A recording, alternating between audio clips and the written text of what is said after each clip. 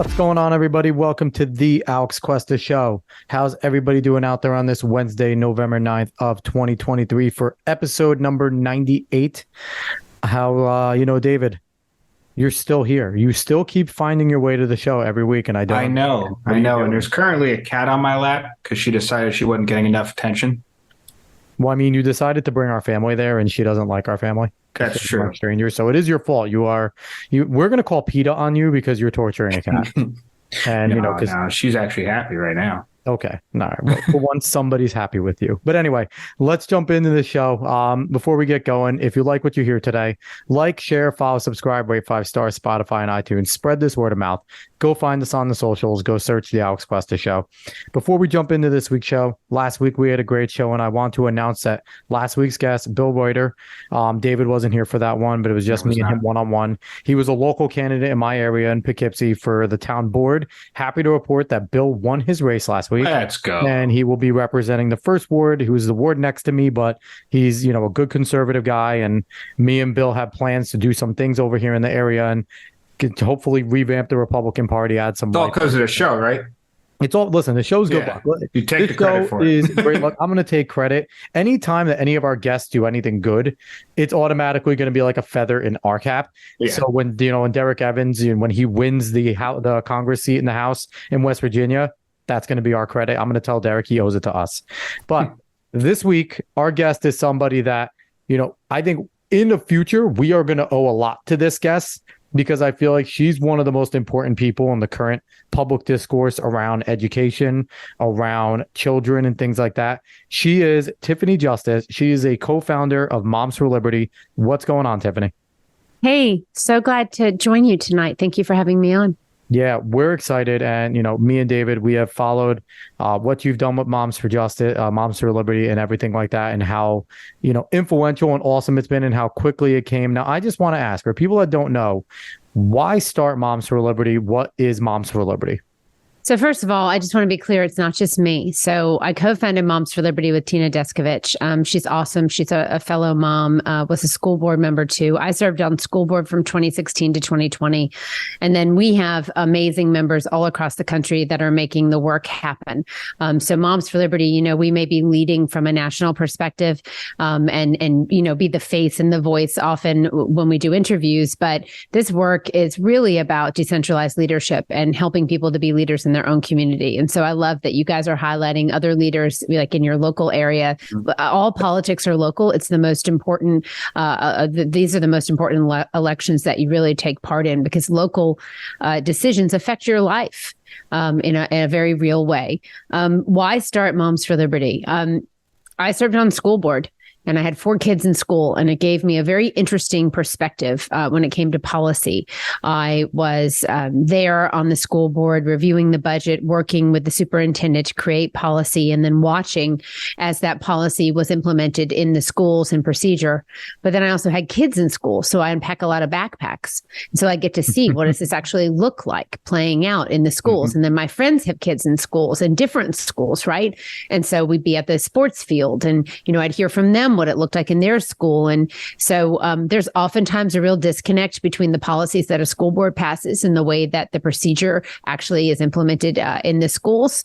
And Tina and I both saw that the teachers' unions had a real undue influence in the decision-making process in the school districts. And that largely was because the teachers' unions control most school boards. They've been really playing in these elections for a very long time, and they've been uncontested. And so Moms for Liberty was really born out of wanting to give parents a voice, wanting them to help them to be effective advocates. So our mission statement that we wrote when we first started in December of 2020, we launched January 1st, 2021, but we took December to kind of craft the organization. And the mission statement is to unify, educate, and empower parents to defend their parental rights at all levels of government. And that's the mission statement that has guided us well until this day. And I really feel like you guys are one of the big main foundations for we've seen states now doing parental bill of rights and things like that. And, we see what Christopher Rufo is doing with a lot of the school stuff and things like that.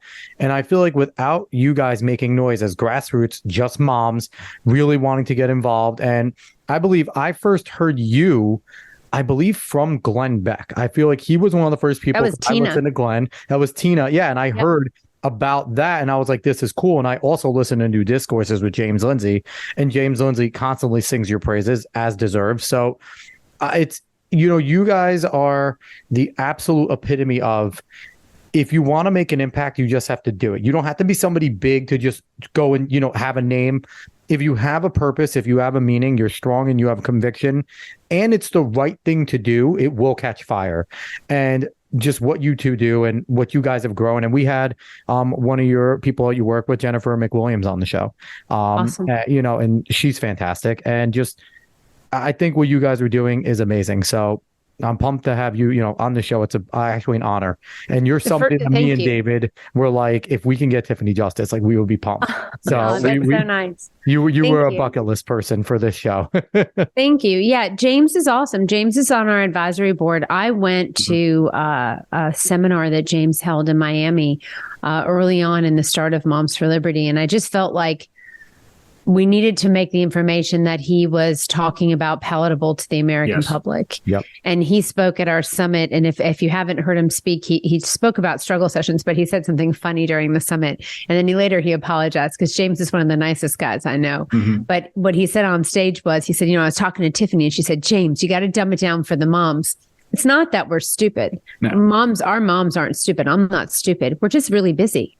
We've got I've got 4 kids. We're working, we're running around from, taking care of kids to our jobs, to after school activities, family responsibilities. And so, I just said to James, let's try to figure out how we make this so that moms are doing laundry, right? They're in the car, and, they may not know Marx and Marcuse and Foucault and, we're talking about queer theory and postmodernism. Yeah. I mean, unless you really have studied that in school and that was something that you intentionally studied, you may not, and even if you did, you may not have a good recollection of it in your, 30s and 40s. It's a heavy lift. And I just am so incredibly thankful for James really doing the bullets and looking at the information that he's sharing through a different lens and kind of breaking it down a bit so that it's more palatable for all of us. And the work that he does, he just changed his name on Twitter to Wokeset Stone. Yeah. I think that's probably the most accurate. Yeah, I think it's probably the most accurate descriptor he's had on Twitter so far. Well, like you said, moms are really busy. And also the stuff that is going on in schools, and like you said, learning about Marx and Derrida and all of them, and it's made needlessly complicated in order to confuse you. And if someone knows what they're talking about and they're on that side, they can make you feel dumb if you don't know exactly what they're doing. Well, so and postmodernism asks a really interesting question and answers it in a really stupid way, which is, why are the things the way they are? And what it answers is, well, because there's no real truth. It's just, and so that's just a stupid answer. And so people who have common sense and who, are just believe in truth, that's a really crummy answer. And so it makes you immediately just not be able to engage with it, because a lot of people can't even begin to understand how that could be something that a lot of people believe. And, me and Dave have talked about this show on a lot, is like the power of just kind of saying no to those type of people, right? When they try to confuse it and say, well, this is that, and nothing is real. It's just kind of like, no, you're wrong. There is black and white. There is truth. Then there are men and there are women. Yeah, there are men. Sex is binary. Yes. Sorry, guys. And gender is quite literally a synonym for sex. They've changed that around, but it was always basically a synonym used interchangeably. So I want to jump into the meat and potatoes, because one of the things that you have been really talking about lately is literacy rates and literacy rates amongst this country. And you put out a post on Twitter, and it had, for 4th grade reading in 2022, that we are not proficient in this country, that literacy rates for white children are at 58%, Hispanic up 79%, and Is that not proficient? 79 not proficient? That's not proficient. That's not proficient. Yeah. So you've got Black students at 17%, Hispanic students at 21%. Just to be clear, some of those Hispanic students are English as a second language learners. That is crazy town that you've got kids who don't even speak English as a first language performing better than Black students. And then you have white students under, as you said, under 50%. Literacy rates are declining. They continue to decline. COVID did us no favors. But the bottom line is this: 99% of kids have the ability to learn to read by third grade. That's neurodiverse kids as well. So you're talking about kids completely across the spectrum, even, dyslexic kids, like given the right tools and resources in the classroom and support, kids can learn to read. So why isn't that happening? I mean, have you found, like, looking at things, because I know, again, going back to James, because he's been an educator, and if you listen to James, it's the 300 level college course, but you can absorb some of it. But he talks a lot about Paulo Freire and going on to the method that Paulo Freire, along with Antonio Gramsci, in invading the schools. We are living in Freirean schools right now, and he uses a lot of the dialogical method and all that type of stuff. Are we seeing that kids aren't learning literacy because they're using more Freirean style? Yeah, I mean, the purpose of school is not to create college and career ready people, to give children practicable skills like reading, writing, and math. But the purpose of schools has changed and has been much more a focus of awakening a critical consciousness in the child. And we see that every day. And, you can look no further than the NEA's curriculum guide based on the 17 Sustainable Development Goals of the United Nations to see, this global influence affecting our nation and our education system. And again, not prioritizing literacy, but prioritizing political activism.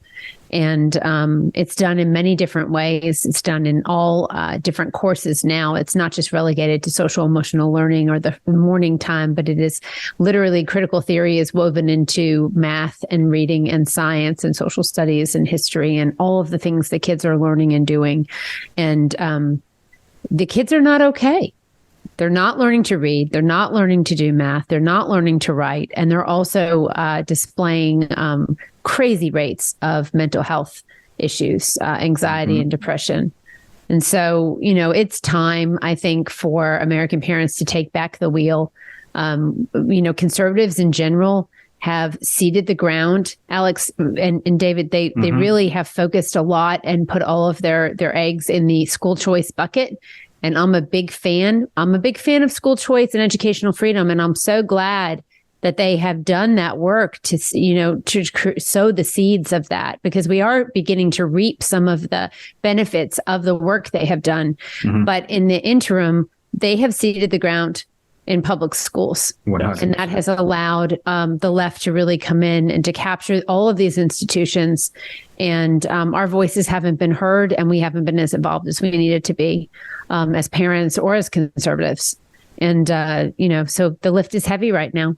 Yeah. And I would actually say that, the way it's been caught, especially from you guys and from James in schools right now, we kind of still caught it at a good time, because we're seeing the fruits from mainly this really being put in college first. So we're seeing a lot of people who just coming out of college, and even my generation, just the way they think already, especially with the current events happening with Israel and Palestine. We can see the way that they actually lean already.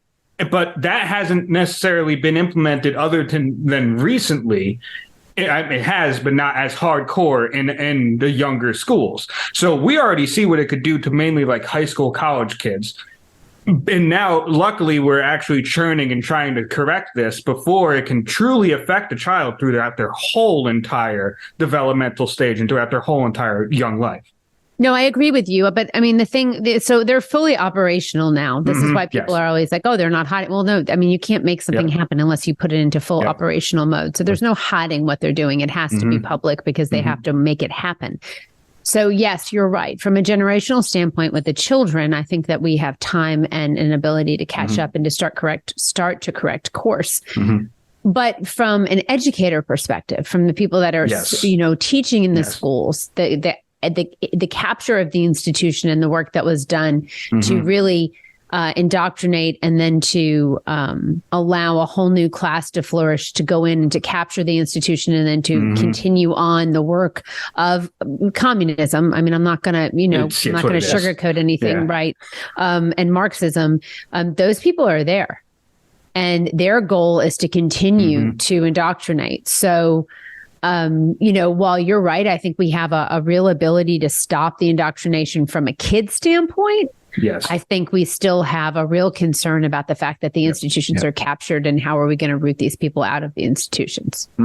Definitely. Now, so in my work 9 to 5, I work with a lot of kids. I work with high school kids, generally 16 and up. And I do hear a ton of them talking about their mental health, saying that they have anxiety, saying that they have things like that. Can you please start a campaign and a push a campaign called It's Just Puberty? Because the issue right now that I am seeing, and that I even tell these kids, back in the day, what you were going through would just have been called puberty. Because we're telling these kids going through one of the toughest times in their life, the formidable years, where they're trying to figure out where they fit in society, what clothes they like, whether it is going to ruin their day. Can they go to school that day because they have one? And then we're telling them, just wear a mask, Alex. They'll just put a mask on. You just got to put a mask on. Worst part is it make the zits worse. Yeah, actively make it worse. But can we just because I feel like Moms for Liberty would be a perfect platform to start the campaign called It's Just Puberty, because we're telling these kids, you have panic attacks, you have anxiety. And don't get me wrong, there are some kids that do suffer from legitimate mental illness. And like the left does with every other issue that has a legitimate base, they conflate it, they weaponize it, and they use it, right? Like there are some gay kids. I know Billboard Chris likes to say there are no trans kids, but there are kids who do have mental, gender dysphoria. That is a legitimate thing. And they conflate it. And they make it and they weaponize it. So I feel like one place we can start battling it is starting to bring back the fact that puberty occurs. Kids are confused. It's a difficult time of life. No, you do not have anxiety. You are probably not depressed. You don't have panic attacks. You just feel the pressure of being a kid. And we need to let kids go through that again. Yeah, no, I don't disagree with you. First of all, I mean, show me the girl who loved going through puberty. It's not easy for boys. I have boys, but generally they end up being stronger and feeling, really growing into their masculinity. For girls, the changes that happen to your body are really hard, and it makes people notice you and treat you in a different way, in a more sexual way, which is hard to deal with sometimes. Girls develop at different rates. I'd be lying if I told you wearing a bra was fun. It's still not fun. Not gonna, I'm a normal person. It's nice not Tiffany's to. about to join the Burn Your Bra. Yeah. But changing as a woman, and then certainly getting your period and having to balance and deal with that, which I continue to think men have absolutely no freaking idea what that's like. And I don't want to. I'm okay with it. I love the fact that there's biological differences. I'm great with those. I love it. Yeah, but it's not easy. And so you're right. I think, the bottom line is there's just some normal developmental things that happen with kids that are not easy. I'm a mom of 4, and, it's just part of life. However, I would also say that the teaching in the classroom, the critical theory, really does put the weight of the world on kids' shoulders. And climate change every year, telling them. Climate change, everything. I remember recycling was big when I was in school. We were the ozone layer society. My generation was the ozone layer has a hole in it. Dead serious. A girl on my bus cried because she was convinced we were going to die soon because of global warming. I remember that. Yeah. I remember that. So I think that there's an enormous weight put on kids, even with COVID. When in the history of the world do we ever expect kids to safeguard and keep the adults safe and protected, right? But yet during COVID, it was just the idea that kids were vectors of disease and they needed to mask up in order to keep adults safe. That's just ridiculous. And so, but that's kind of where we are. So I think it's a bit of a combination of the two. I think that, just natural development has been weaponized. And I agree with you that, kids are kind of diving really deep. But then also, we locked them down and we caused them to miss classes and to feel anxiety and stress and, to think that, the world was ending with COVID when, it was a mild cold for most kids. And so I think that there's a lot of weapons. I think fear is just a really useful weapon. Always has and been. a lot of people use it to control. And I think the kids, kind of get lumped into that too. And I do have to ask this. It just actually came to my mind because of a phrase you said about kids being vectors of diseases. This has nothing to do with what I put on the itinerary, so I hope this didn't do out of left field. But do you think this has some of this influence has anything to do with like the like rapid rise of like an anti-natalist movement that we've seen in the West? And I mean, that goes hand in hand with a lot of green movement of like basically humans are the disease on the planet. So why would you even have kids? And, some articles, not even recently, from a bit ago, where it's just like costs too much to have a kid, or like life is just better without a kid. Like I'll take you on a really like an interesting deep dive for a second. Mm-hmm. So in Iowa, they use a curriculum called Amplify. And I guess they were utilizing some books in the classroom called The Shadow Children. And there was a real issue with these books. I don't know if you're familiar with them, but they're dystopian novels. I have not. Yeah. And so one of the moms in Iowa contacted me and said, I've got a neighbor, her son's really upset. She's pregnant with her third child. He's reading these books in the classroom that talk about how if you have more than 2 children, the other children are called shadow children. If the government finds out about them, they shoot and kill them. And I was like, whoa. How old was the child reading this? Grade.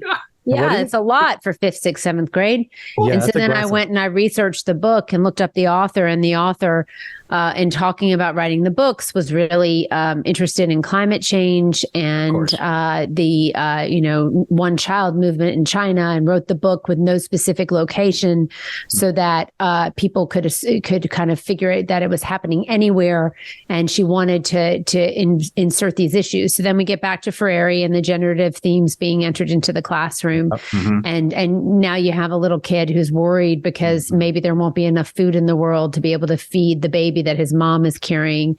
And why, again, are we reading this book in 5th, 6th, 7th grade? What is the point of this? And the thing is, that sounds like an interesting book if you're into dystopian novels, right? If you're an adult and you like dystopians, it could be an interesting tale to read, but not for, and let's put into perspective how old a 5th, 11. 6th, 7th grader is. Mm-hmm. It is 11, 10 at the 12, youngest 13. age, 12, 13. So you're asking kids that are just at the beginning of puberty. They're still in the mommy phase around 5, 5th grade. They're just starting to break out of like the mommy daddy phase, 5th, 6th grade.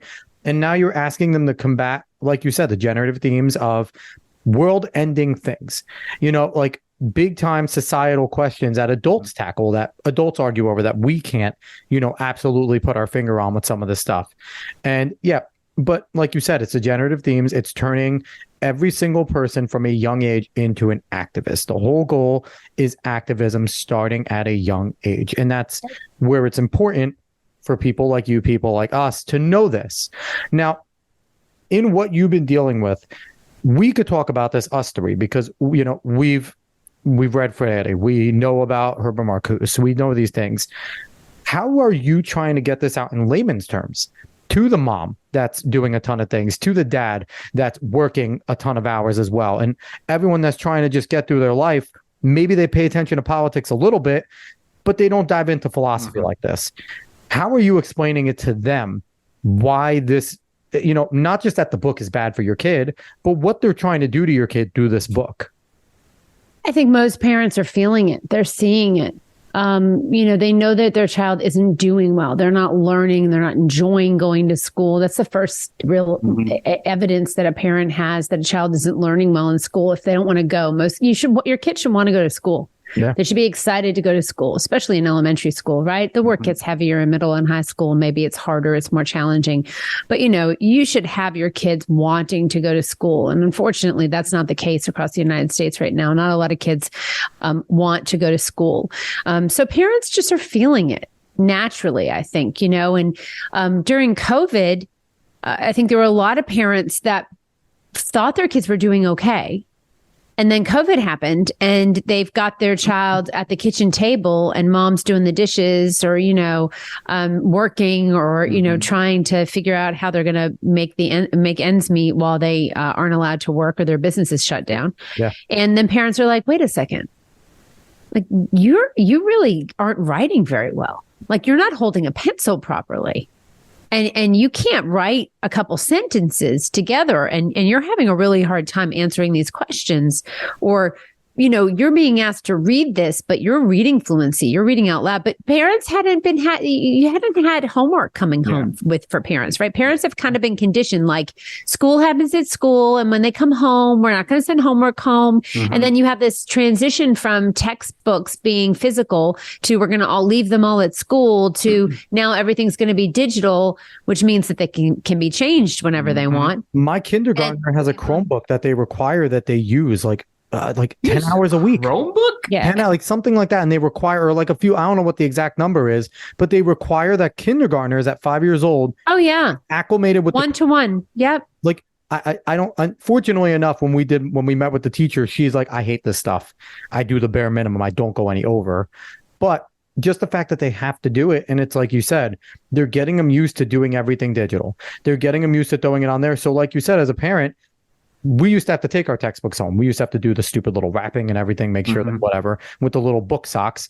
But my mom and dad could go in as I'm reading, read over my shoulder and see. And, if they look at it and they could say and look and go, all right, that what you're reading right there, that's not completely true. It's fine. Right. Yep. Do what you got to do, but that's not actually the correct history. This is what happened there, but do what you got to do for school, but just know that this isn't right. Right. But that doesn't happen as much anymore because it doesn't, because you don't have parents as involved as they, could or should be. But the school district, it's a double-edged sword. Like parents have definitely abdicated some of their involvement, like to the district, to the schools, but the schools have wanted them to do that. And so they've made it really easy.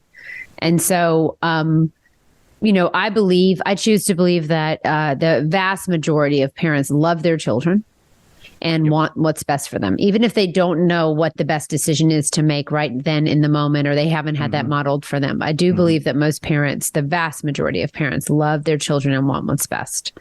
And so if you know that, and then you also know that parents are the number one driver of student success, which is the absolute truth. There's nothing that substitutes an involved parent in the child's life. Then schools should be rolling out the red carpet for parents. Absolutely. They should be involving them at every single turn. How can we make this easier? How do we connect with you? When can we hold these meetings? How much information do you need? When you request information, they should be giving you everything. But that's not happening. No. And so the question really then becomes why? Do schools not want students to be successful? And are they willing to limit student success because they don't want to involve the questions of parents and the scrutiny of parents? And that's where it seems like we are right now. So how do you guys reach into the inner cities? Because like right now, a lot of suburban parents are very much involved, right? And they have a little more potentially free time, or they're a little more on top of it. But a lot of the numbers that we talked about with literacy, with the Hispanic and with the Black kids, a lot of them are inner city. And how do we get the outreach there? Because you know what? It can get changed in suburbia, but it'll always be the same thing. But the city schools never get better, right? They only get worse. So is there any way that you guys are doing to do an outreach into these inner city areas to try and make it better? Or what has it been like trying to battle with that? Yeah, we're doing some town halls. We have a town hall coming up on Monday in Atlanta. That's November 13th. And then we have another one on December 2nd in downtown Chicago. I think it's 67th and King. So we held our summit in Philadelphia. We are going into cities. We are not ceding any ground. We are not taking any stars off of the flag of the United States of America. And then I'm going to be going to New York, I believe, in January to do a town hall. What part of New York? I'm in Poughkeepsie. There you go. I'm not sure exactly where the town hall is going to be. Maybe at a friend's school in the Bronx. I'm working on that right now. Very cool. But American parents in cities are waking up too. And what they are seeing in New York and in Chicago is the fact that their children are losing a lot of services right now. In New York, I don't think any of the pools were filled this summer. They said that there wasn't enough money in the city to fill any of the rec pools.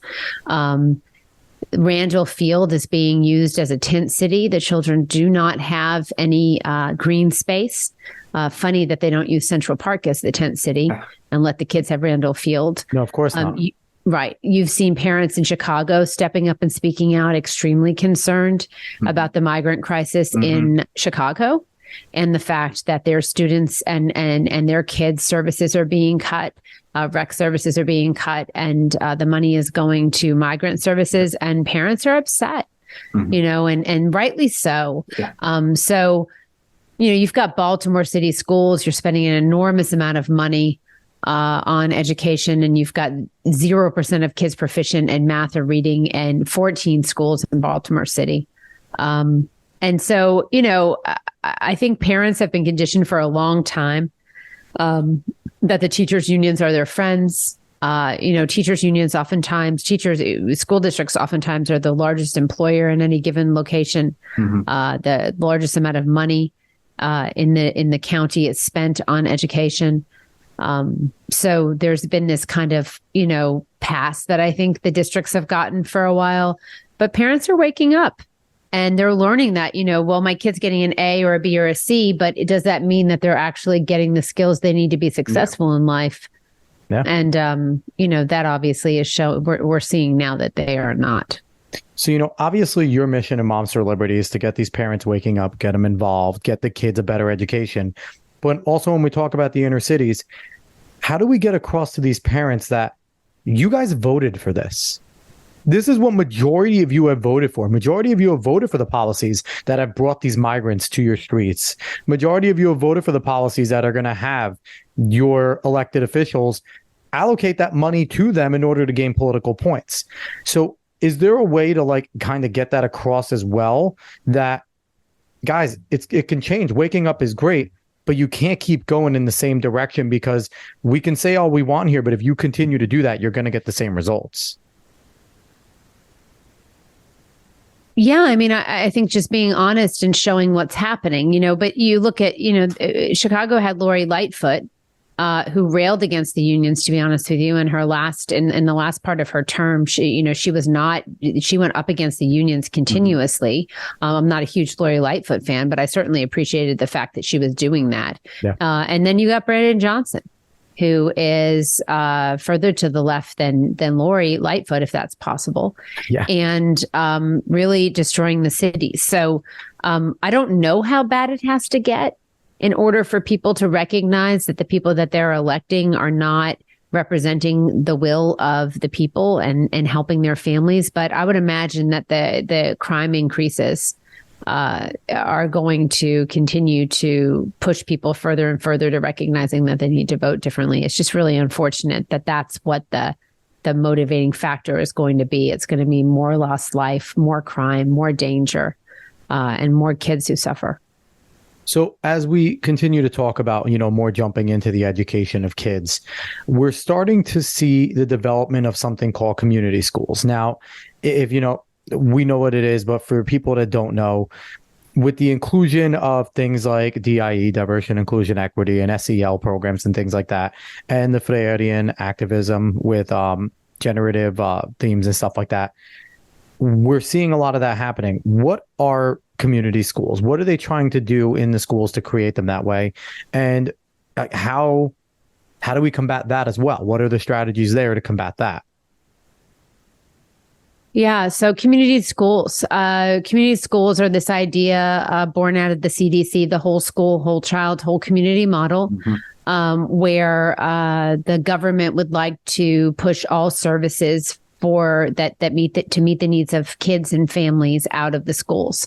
And it makes a lot of sense in some ways because the school is there, right? The building's there. You have an ability to connect the kids with the services. So there's a lot of things that lead itself to this being, not the worst idea ever, except for the fact that it continues to disenfranchise the parent in the life of the child. And there's no amount of money. There will never be enough services that you can give a family through that public school system to meet the needs of the family. Yep. I saw something the other day, an advertisement from Whirlpool, and they are donating washers and dryers to schools.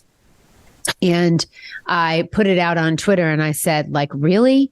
And people said, how dare you? Don't you want children to have clean clothes? And this started with free lunches and free breakfasts and stuff. And that was kind of like the soft feelers for how much it's going to be accepted. Yeah. So community schools, there's just no end. But let's talk about the laundry for a second. Mm-hmm. Really? I mean, we're going to put washers and dryers in schools. So explain to me. So the kids are going to do their laundry at school? Yeah. Or are the teachers going to do the laundry? Like they don't have enough on their plates. Yeah. We're going to have the teachers. Are we going to hire people to run the laundry at the schools?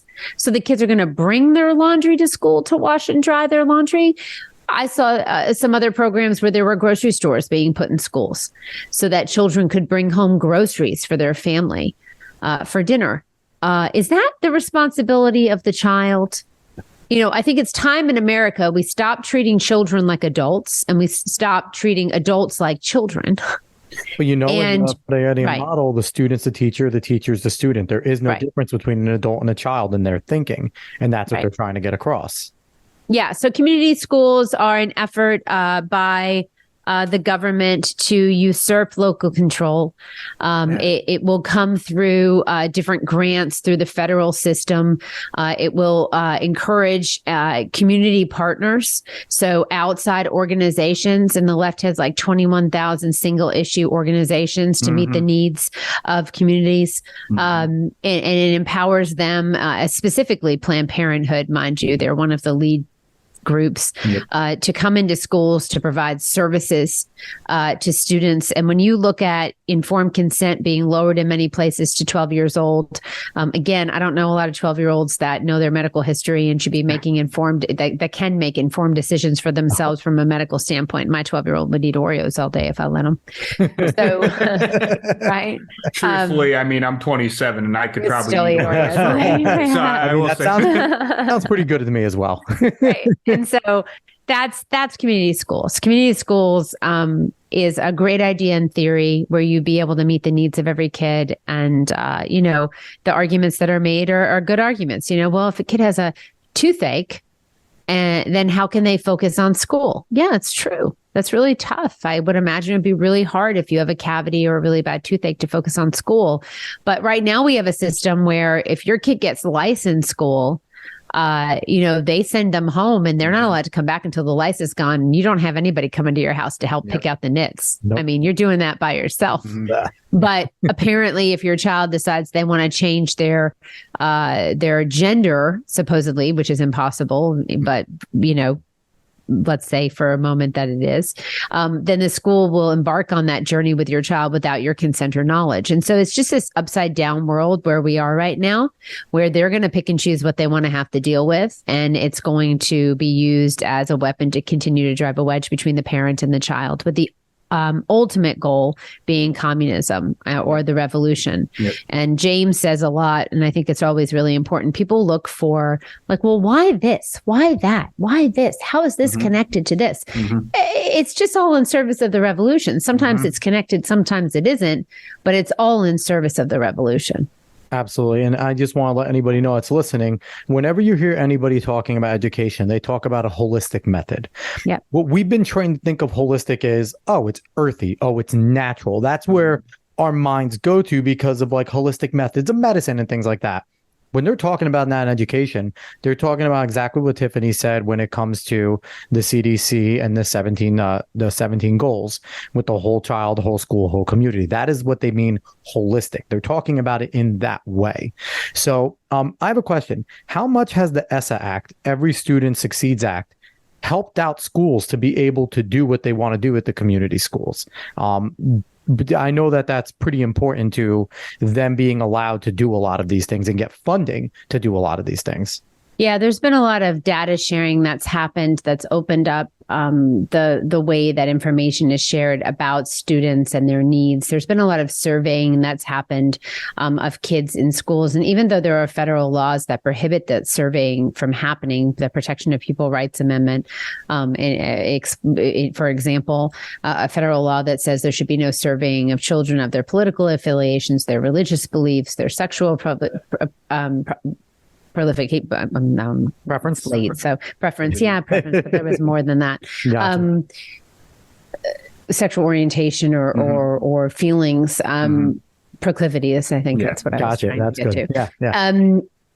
That it's still happening. And so, Obama did a lot of things that have not been good for schools and for kids. A lot of the Title IX stuff was started when Obama was in office, and we're now seeing that kind of coming into fruition, really the doing away of private spaces for girls and respecting girls on sports teams and things. And this idea of, women's studies turning into gender studies. And, it's a lot to dive into right now, but there are a number of different factors that have contributed to why we are where we are right now.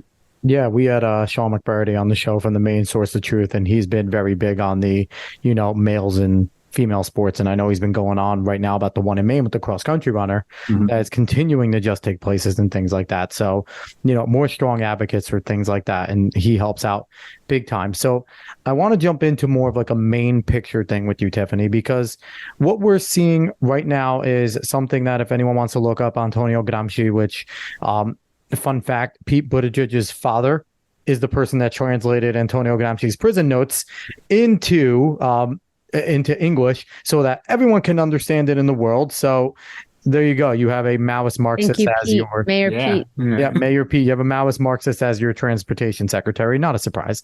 But Antonio Gramsci was big for the long march through the institutions. That was his big thing, was a slow and steady drive, which people need to understand with Marxists, with Maoists, with communists. They are patient. Yep. They are patient. They will take their time, and they have.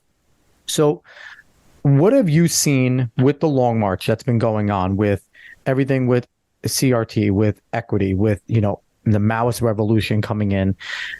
How have you seen it manifest itself in the schools, and how do we combat it? Because it seems right now like it's so advanced. We're seeing it everywhere. Like David said, with the students marching for Palestine everywhere, left and right, with all the different critical theories, with queer theory, with gender theory, with, this new wave of feminism, all this type of stuff going on.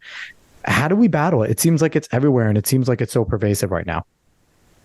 I think that the glowing review of feminism and the women's liberation movement has to really be, identified now as all of these young girls who want to cut off their healthy breasts and not become women. If there is not a real showing of the fact that the idea of feminism and women's liberation has failed, let it be that. So, there are a lot of things that they have tried to do that have backfired on them, and that I think will continue to backfire, including the divisiveness that we're seeing and this anti-Semitic kind of decolonization movement that is now backfiring on them, because the majority of Americans want absolutely no part in that. People are horrified. The idea that there were, Israelis sleeping in their beds, their children playing, eating breakfast, and then all of a sudden they were ambushed and killed, and in the most horrific ways, just completely dehumanizing. So the majority of the people in America, I think, understand and know that that is just awful, and that the Israelis need to defend themselves. And this idea that, that Hamas somehow, has some standing is just ridiculous. But, again, people are showing themselves. I'm new to this. I was a mom. I was a business person. I decided to serve on school board because I really love my kids and I love my community, and I thought I could make a difference locally. Yeah. And then I got on school board, and even then, it took time to learn and to kind of try to understand, because no one really wants to believe that there's this intentional work happening to drive a wedge between the parent and the child, to do away with the nuclear family, right? Our country was founded on these principles of faith, of family, of freedom. Yep. But during COVID, it was just undeniable. I sat on that school board and I had seen evidence of indoctrination. There were concerns that I was continually having. I wasn't understanding why the system wasn't set up in order to help children to succeed and to engage parents. I'm a disruptor by nature, so I asked a lot of questions. Love it. But when COVID happened, and then I sat there on that school board and I just watched as these elected people thought that they had the power to take away the rights of other people.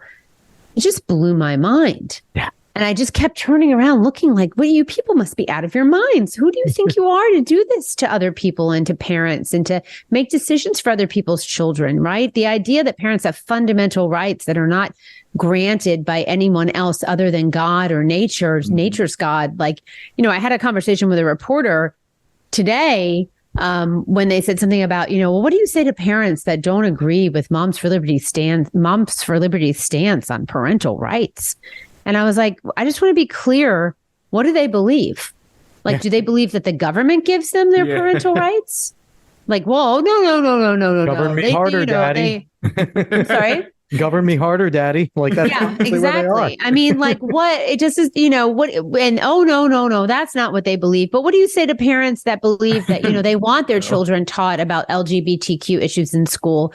The vast majority of American parents send their kids, again, to school to be college and career ready, not to explore their sexuality. Mm-hmm. And so, I think pushing back on this stuff with common sense is really important. But as far as the Long March, I mean, it happened. Yeah. They were smart. They went in, they captured the institutions, they went into media, they went into education, they went into the administrative state, they put on the suits and they got the jobs and they did the work in order to rise to positions of power so that they could bring their friends in who could help to run things. And it worked. Mm-hmm. And, we just had elections on Tuesday. Mm-hmm. We've been involved in school board elections since 2022, endorsing candidates. We endorsed over 500 candidates in 2022, and we won about 50% of those races. We endorsed a little over 200 candidates in 2023, and we won about 90 of those races. Nice. We've won, and so our win rate's around 44% for 2023. Mm-hmm.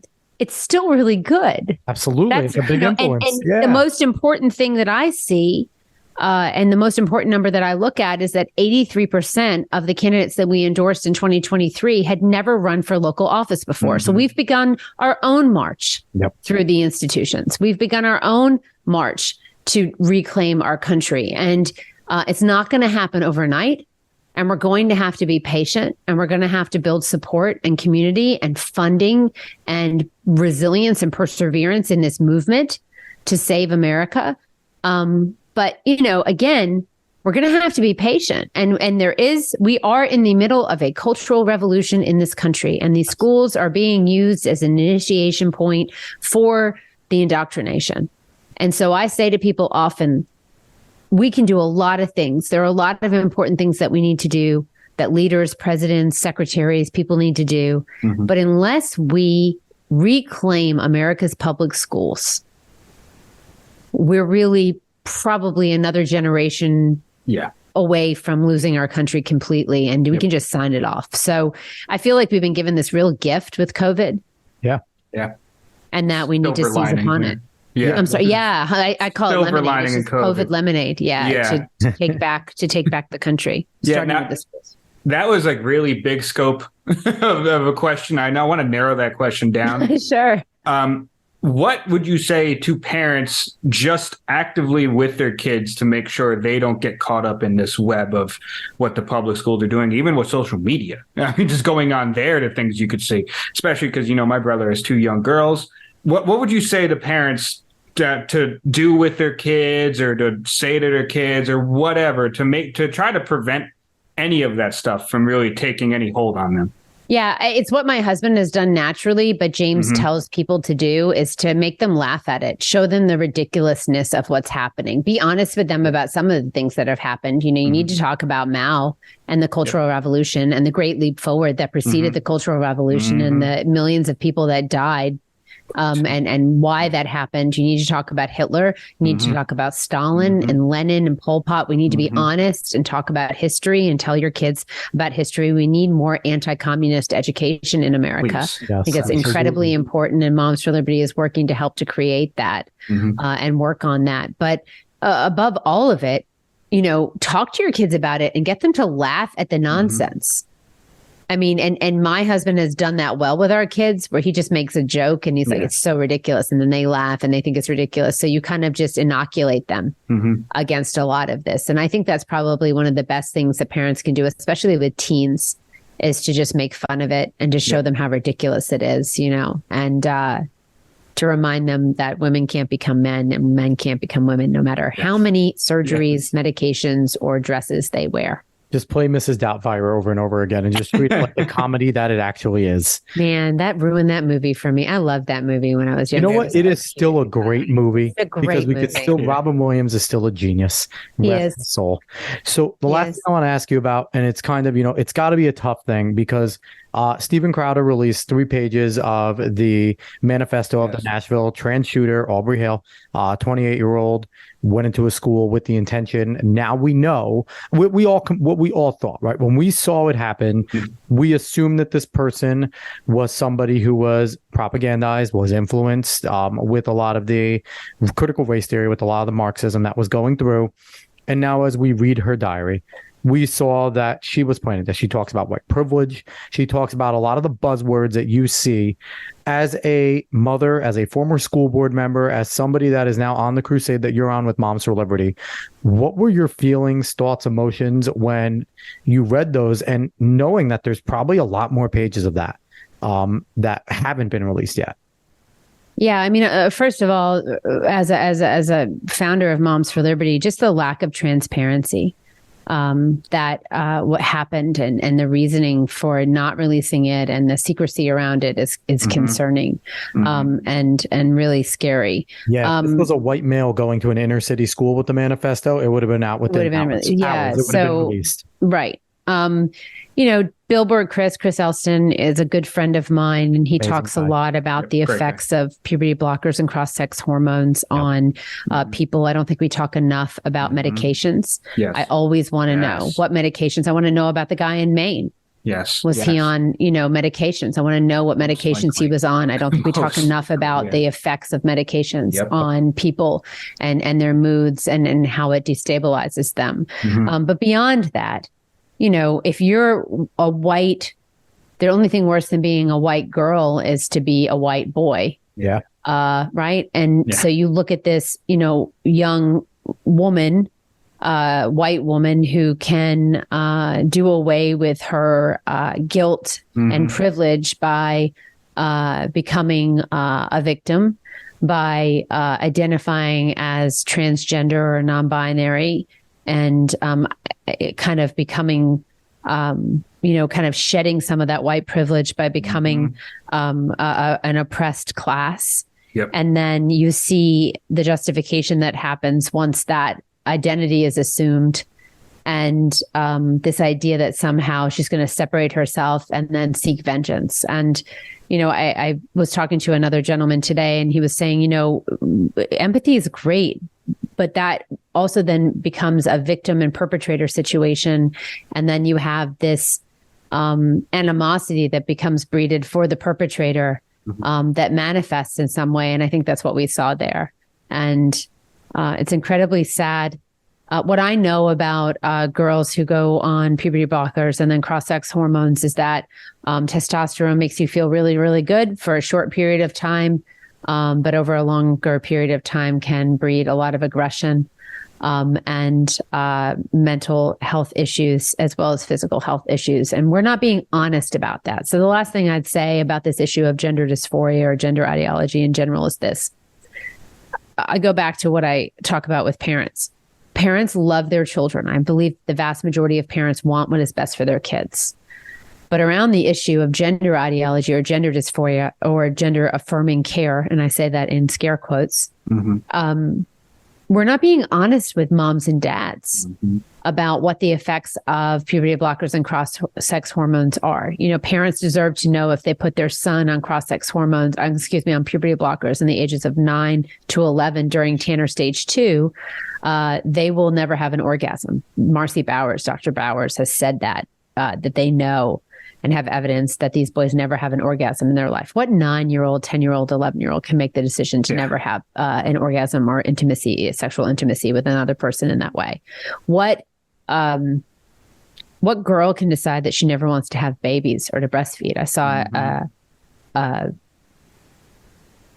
post by a woman who's in her 20s now who said, I wish someone had just told me to wait before I cut off my breasts when I was a teenager. And my answer back to that was, to your point about puberty before, like, I didn't know that I wanted to have 4 kids when I was 12. No.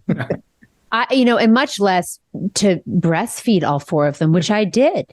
And it was a wonderful experience that I absolutely loved. I loved being pregnant and I loved nursing my babies. There was something very special and fulfilling about that interaction with my children and being able to provide them and nourish them with my own body. And the idea that, you're having teenage girls that are making that decision, giving that up, is just horrific. Yeah, it's sick. And so I just feel like we need to give parents accurate information. This idea you say, do you want a dead daughter or a live son is a lie. Yeah. And we just need to give parents accurate and honest information. And I have to believe in my heart that most parents, knowing all of the harms and the concerns when it comes to this gender affirming care, again, in scare quotes, most parents are going to make a different decision.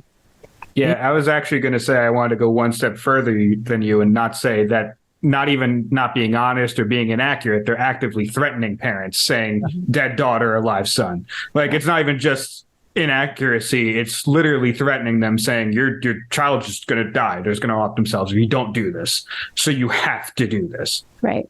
And and you talk to the detransitioners and they say, they don't blame their parents. They feel like their parents were lied to. And, and in the end, it's just, if you're a kid right now listening, or if you're a parent and your child says, I'm trans, just convince them to wait, right? Because you know what? Kids go through things. They go through things. And as they're going through puberty, your child may come to you and say, hey, I don't think I'm a boy anymore.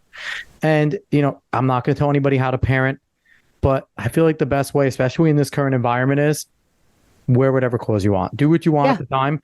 Just don't do anything permanent. Wait until you're an adult. And then when you're an adult, that's, go for it. But don't do anything permanent now, because you are still developing. And I feel like that is the best strategy, because, kids are kids. They're going to go with fads. And right now, being a victim right now is a major fad. Now, unfortunately, this fad has real consequences, but it is a fad for kids right now, and they're going to want to go with the trend. So it's a really difficult thing for parents right now of those, high school, middle school age kids to battle with. But overall, we just got to get through it. And with people like Tiffany Justice on our side, I really think we will. Tiffany, thank you so much for coming on the show. Oh, thank you for having me. I really appreciate you guys taking the time to talk about these important topics in such a serious way. I appreciate you for coming on. You kidding me? Yeah, man, we appreciate it. And, I got to thank our good buddy, Adam Coleman. He's the one I love Adam. and he connected us because, Adam's amazing. He came on the show many moons ago, and just a great guy. Go follow Adam Substack if you haven't. Go search Adam B. Coleman. But Tiffany, anything you want to plug? You talked about your town halls. If you want to, talk about them again, and anywhere people can find you on social media. Yeah. So November 13th, Atlanta, there'll be a town hall. Tina's hosting that. It's going to be wonderful. We're going to have a lot of different elected officials out, going to talk about the state of education in Georgia, and what we call them is giving parents a voice. So the microphone goes into the hands of parents and they get to ask questions and share concerns. We'll be in Chicago, December 2nd, as I said, at the New Beginnings Church. I think that's going to start at 3:00. So if you're listening and you want to come out in Chicago, please come and join us. And then always, go to momsforliberty.org. You can click to join a chapter, or you can click to start one. And the last thing I say, and I try to always say, is you need to start asking yourself, why not me? What can I do? And why not me? Why not me running for office? Why not me starting a chapter of Moms for Liberty? Why not me starting a podcast and talking about these important issues, right? Yep. So everyone has a gift that they've been given in life, and now's the time to use that in order to save our country, because I really feel like America's in a place where we've been given an incredible opportunity to save our country, but it's going to take a lot of effort. Absolutely. I couldn't have said it better myself. Dave, do you have anything to say before we get out of here? On On the topic of saving America, I also feel like if we don't save America, there's not a lot of places to go afterwards. So I think it is very imperative, not only because we love our country and obviously we want all the kids to actually have an ability to grow and do well in the country, but there's not going to be much after America because there's not many great places that are doing well, especially with all this stuff, even actually doing worse than us, I would say. So very good thing to save right now. Yeah, certainly is. El Salvador is not big enough for all of us. And El Salvador seems to be doing better than us right now with a lot of things. But at least with crime. Yeah, at least with crime. They crack down. But so again, everybody, thank you so much for listening. If you like what you heard, like, share, follow, subscribe, rate 5 stars, Spotify and iTunes. Spread this word of mouth. Go find us on the socials at The Alex Cuesta Show. We will be back next week with another amazing guest. We appreciate everyone for listening. So long, everybody.